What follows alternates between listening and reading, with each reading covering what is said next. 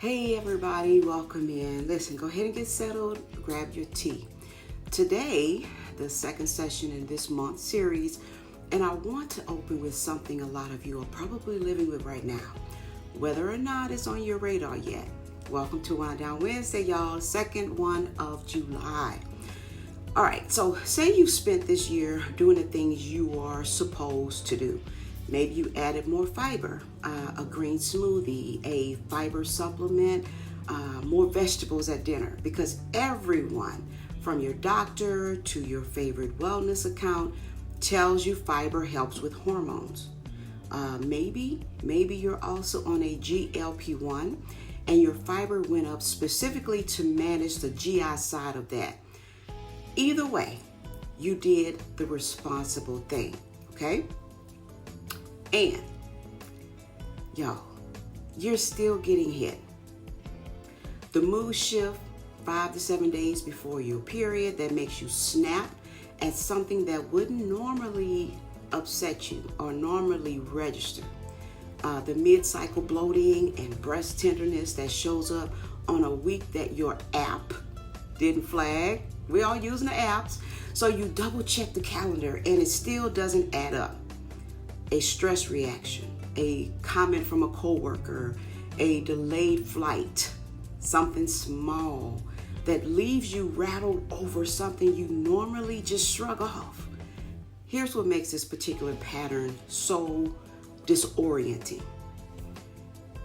You did a thing you were told to do. You're not skipping the fiber. You are not ignoring your gut. And it's still happening cycle after cycle, like the advice worked for everyone except you.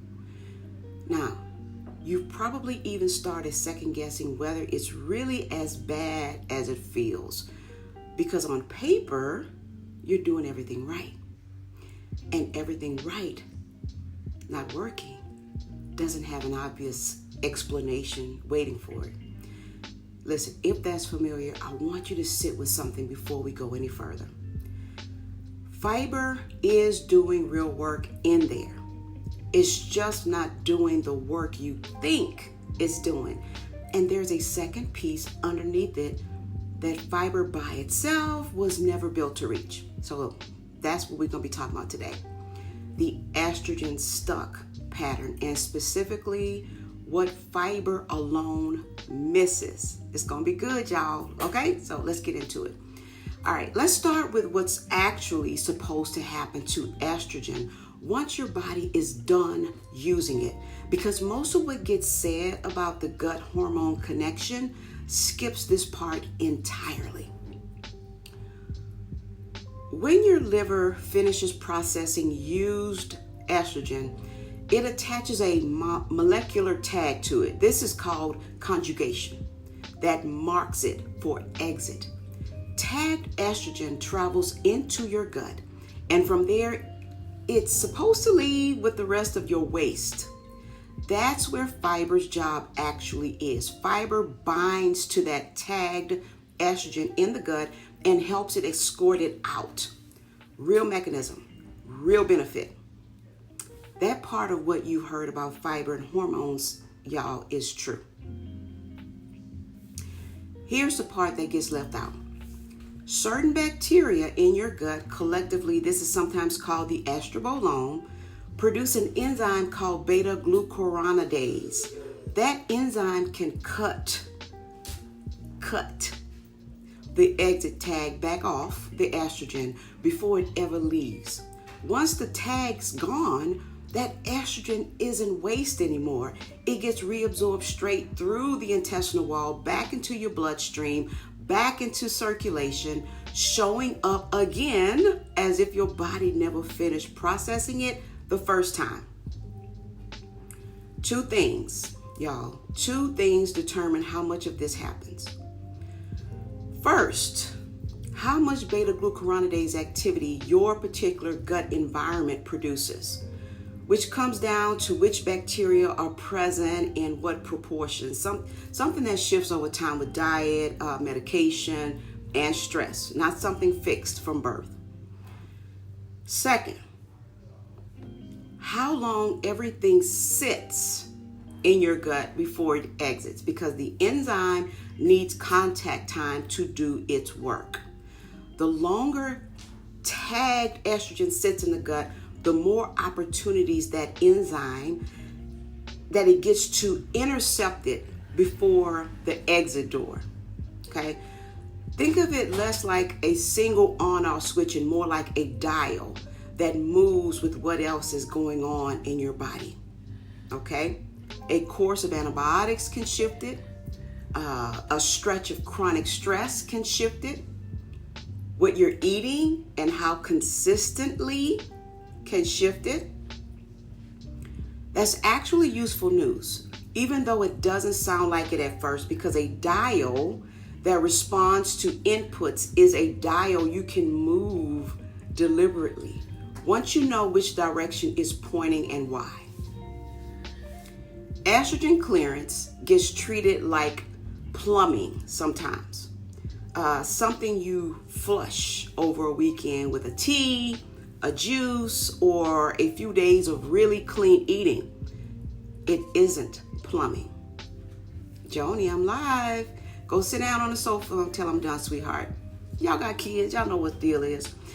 This is an enzyme activity problem, running continuously day after day, cycle after cycle, driven by which bacteria populate your gut and how active that enzyme is on any given day.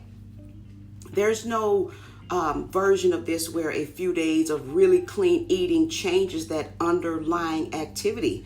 The timeline runs on gut biology, not a long weekend. Okay? And there's a piece that connects directly to something a lot of you have going on right now.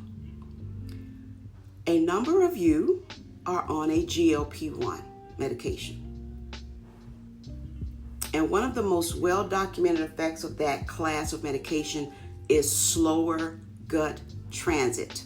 Research shows delayed gastric emptying in the large majority of patients, okay, and slowed whole gut transit in close to half.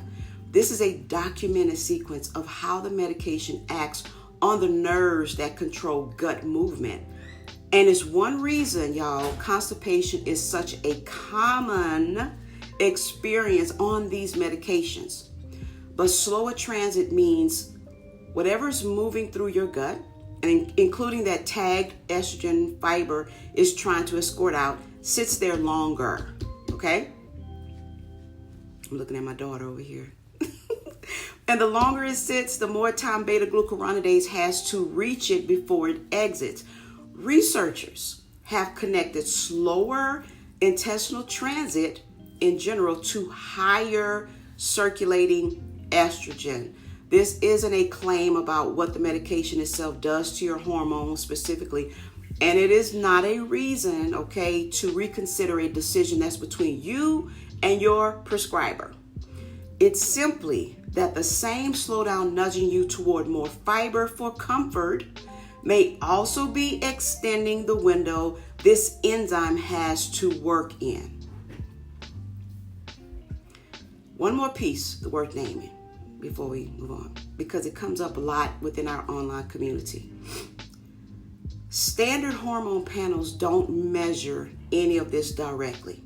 There's no routine blood test for beta-glucuronidase activity, and even specialty stool, S-T-O-O-L testing that estimates it is measuring a snapshot, not the day-to-day pattern. So when a woman says to me her labs came back normal and she still feels exactly like what I've just described a few minutes ago, y'all, that's not a contradiction.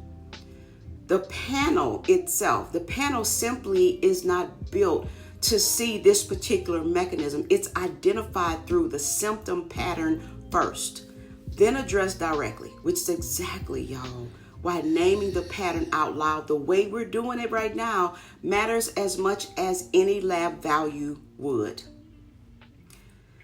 This pattern, estrogen recirculating instead of clearing, is what I call estrogen-stuck, okay? These patterns, I want y'all to know, let me put this disclaimer out here, they're educational frameworks for nutritional awareness. These are not medical diagnoses. Put that out there. Now, here's what the estrogen-stuck pattern actually looks like day to day, because it doesn't usually show up as like one dramatic symptom, y'all. It shows up as a cluster that seems unrelated until you see the mechanism underneath it. Okay? Checking in my daughter every now and then to see what she's doing. Okay, Joni, I'll be done in a minute. The mood shift, y'all, in the 5 to 7 days before your cycle, irritability, reactivity, a short fuse over things that wouldn't normally register, that often lifts almost the moment your cycle actually starts. I know that sounds familiar, because that's when a fresh clearance window opens back up. Mid-cycle bloating or breast tenderness that shows up roughly 2 weeks before your cycle, not the week you'd expect, because recirculating estrogen does not wait for the textbook timeline. And a stress response that feels disproportionate to whatever triggered it, because estrogen recirculating at the wrong levels can affect how buffered your nervous system's reaction actually is. Now, a composite picture I see constantly within our online community, which is free, a woman doing everything considered responsible this year. Vegetables at every meal, a fiber supplement most mornings, a GLP-1 alongside it with fiber increase specifically to manage the constipation that came with it. And still, every single cycle, the same 5 to 7 day stretch where she doesn't feel like herself. And the same mid-cycle, the mid-cycle week, where nothing fits right, the clothing. Now, when we've looked at what's actually happening underneath, in case after case, the fiber was already doing its job. The missing piece was the enzyme activity deciding how much of what fiber was trying to remove ever made it to the door in the first place. When that piece gets addressed directly alongside the fiber that's already in place, the pre-period or pre-cycle week and the mid-cycle week are usually the first things to soften, sometimes within a couple of cycles. My daughter. I want to be clear about this. I want to be clear, y'all, this isn't only a GLP-1 story, because most of the women that I see with this pattern aren't on one at all. They're not even on a GLP-1 medication. Another picture that's just as common, a woman who's never touched a GLP-1, who's been eating a genuinely high fiber diet for years, who exercises regularly, who by every conventional measure is doing this right. Doing this right. Her labs, when she's had them run, came back in range, and she still had the same 5 to 7 day window every single month. The same mid-cycle tenderness for years, with nothing about her routine changing. In her case, the slower transit piece wasn't a medication effect at all. It traced back to chronically low water intake and a stress pattern that was already keeping her whole digestive system running slower than it should. Since cortisol and gut motility are closely connected, you gotta know this, okay? Please. She'd assumed, y'all, reasonably so, that because she was not constipated in any way that she'd have noticed, transit speed wasn't part of her picture at all. Well, it was, just quietly. A day here and a day there, never, anything dramatic enough to register as a digestive complaint on its own. Different starting point, same underlying enzyme activity, same result. Same result.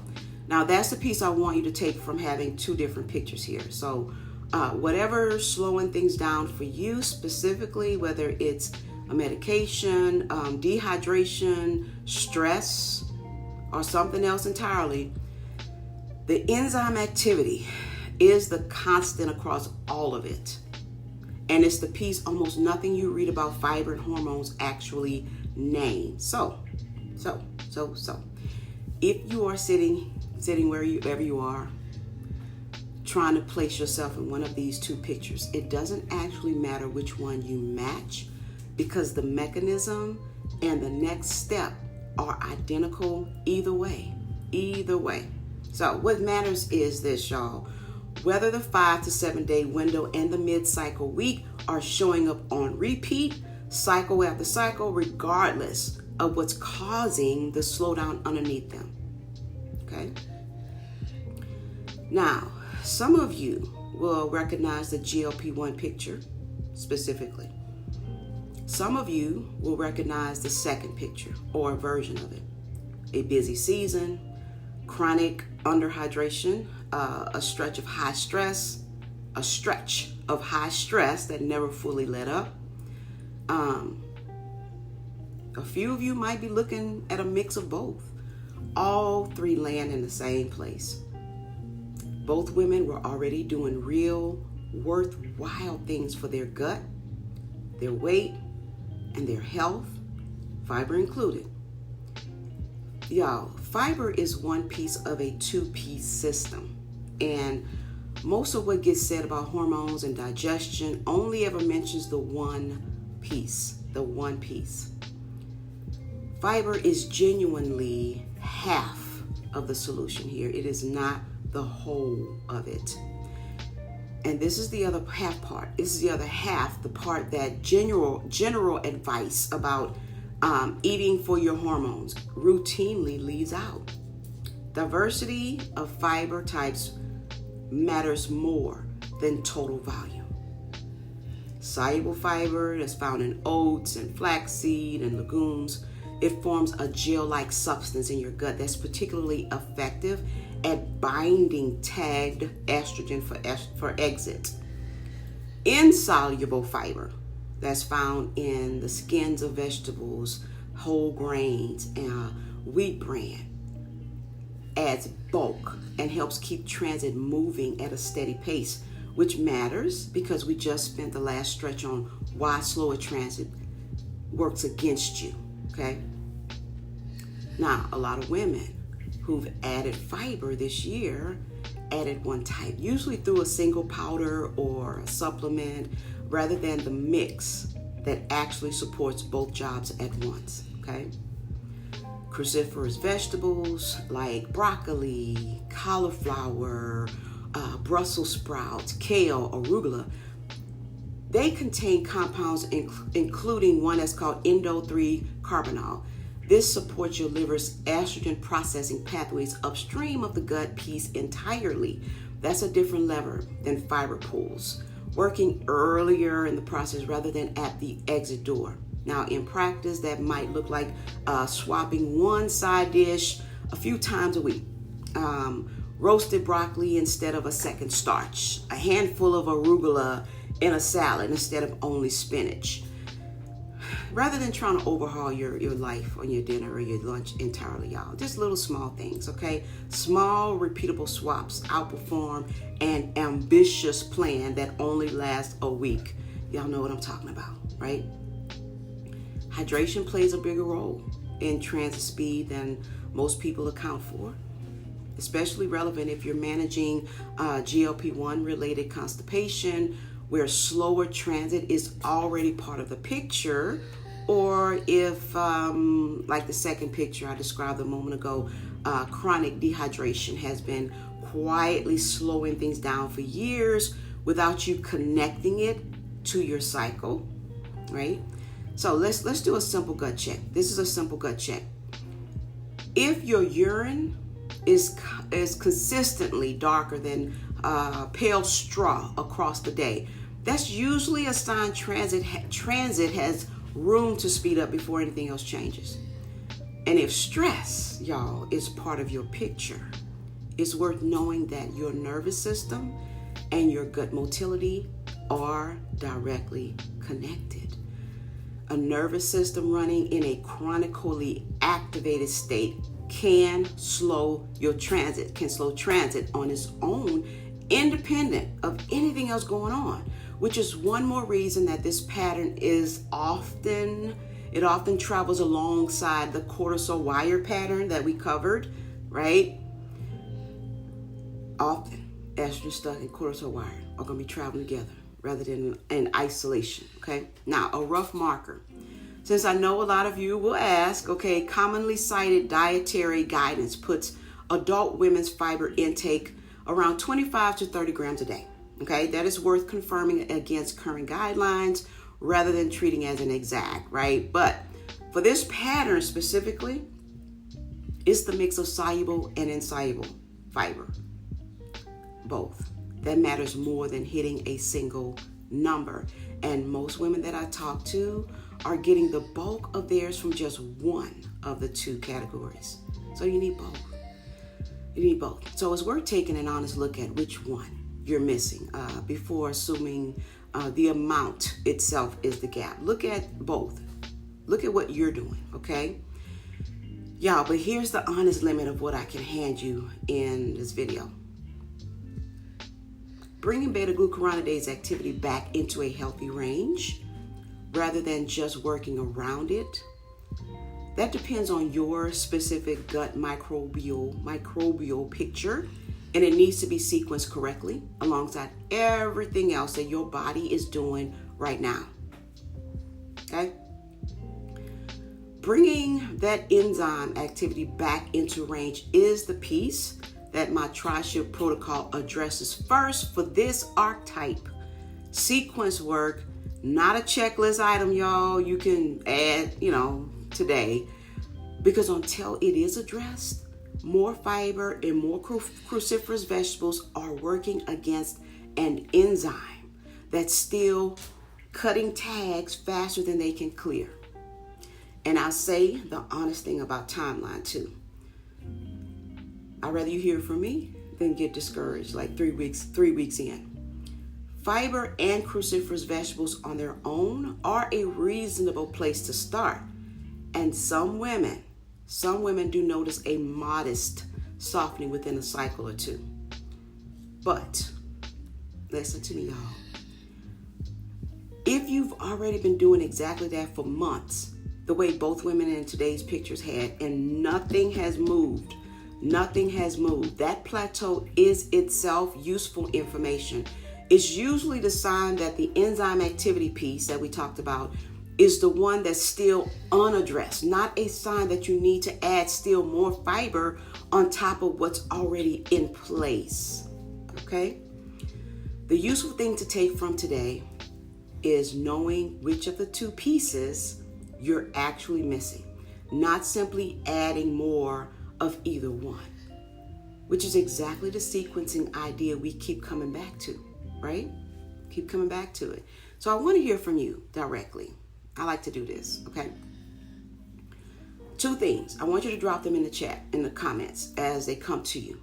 First thing, have you added fiber, a GLP-1, or both this year, and you still feel stuck in this pattern? Yes or no is fine. Okay, that's all you need to do. Second, when do you notice it most? The week before your cycle, your period, mid-cycle, or both? Thank y'all for putting that in the comments. So here's why today was built around this one specific piece rather than folding it into a general eat more fiber for hormones conversation. Estrogen-Stuck is one of 5 patterns that we're walking through this month, the month of July. And each one comes down to the same idea. Your body is not broken. It's operating under a threshold that has shifted from where it used to sit. Now, for this pattern, Estrogen-Stuck specifically, that threshold is about clearance. Clearance, not production, not effort, not whether you're doing enough. Fiber supports one side of that threshold. The estrobolome, and specifically beta-glucuronidase activity, is the other side. And it is the side almost nothing you read about the gut hormone connection actually names, y'all, okay? So it is worth connecting this back to last week if you were here, okay? If not, the video's there. Go back and watch it. Now, we talked about the cortisol curve and how progesterone's decline changes when your nervous system winds down at night. This week's pattern runs on a completely different mechanism, okay? But the same underlying idea holds. Your body used to handle this automatically.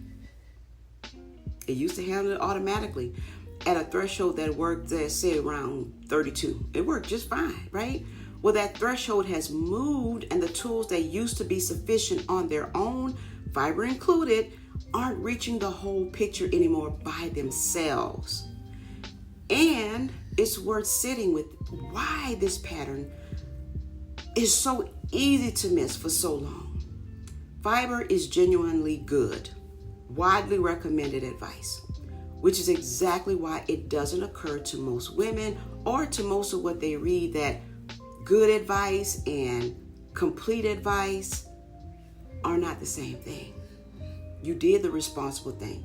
The responsible thing just was not sequenced against the actual mechanism keeping this stuck. My Trashia protocol, y'all, it addresses the estrobolome piece first in the correct sequence specific to this pattern, because until that enzyme activity is brought back into range, fiber and cruciferous vegetables are working uphill. It's working uphill against it, not with it. That sequence in question, what to address first, second, and third, is the piece. A general eat more fiber, drink more water list. It can't answer because it isn't sequenced to any one archetype. It's built to apply a little to everyone, which usually means it resolves nothing completely. Your body is operating by new rules. And my Trashia protocol is how you learn what they are for your specific pattern. Now, listen, y'all, if you have not taken my free gut hormone pattern quiz yet, that is genuinely the first step. It takes about 4 minutes, and it tells you where you actually sit before anything else here makes sense for you. So, as always, I want to make sure that it's dropped in the link is dropped in the description below, okay? And if you already know you're estrogen-stuck, if you already know that that's you, if that 5 to 7 day window or the mid-cycle week sounded like your own calendar, whether or not a GLP-1 or anything else is part of your picture, here's where I'm going to leave this. My Trashia protocol is where the enzyme piece gets addressed directly, specific to you. Okay, now one last thing, y'all, before we close. If today was the first time that you've heard the word estrobolome said out loud, I want you to know that that's normal. Most standard nutrition advice never gets past eat more fiber, and that's exactly the gap that this session was built to fill. You don't need to remember the enzyme name. You just need to remember that fiber alone wasn't the whole answer, and now you know why. Well, anyway, thank you guys so much for being here today. Same time next week, next Wednesday, Wind Down Wednesday. We're going to move to the third pattern next week, the one about labs coming back normal while everything else says otherwise. Until next week, do good work, take care of yourself, and I'll see you then.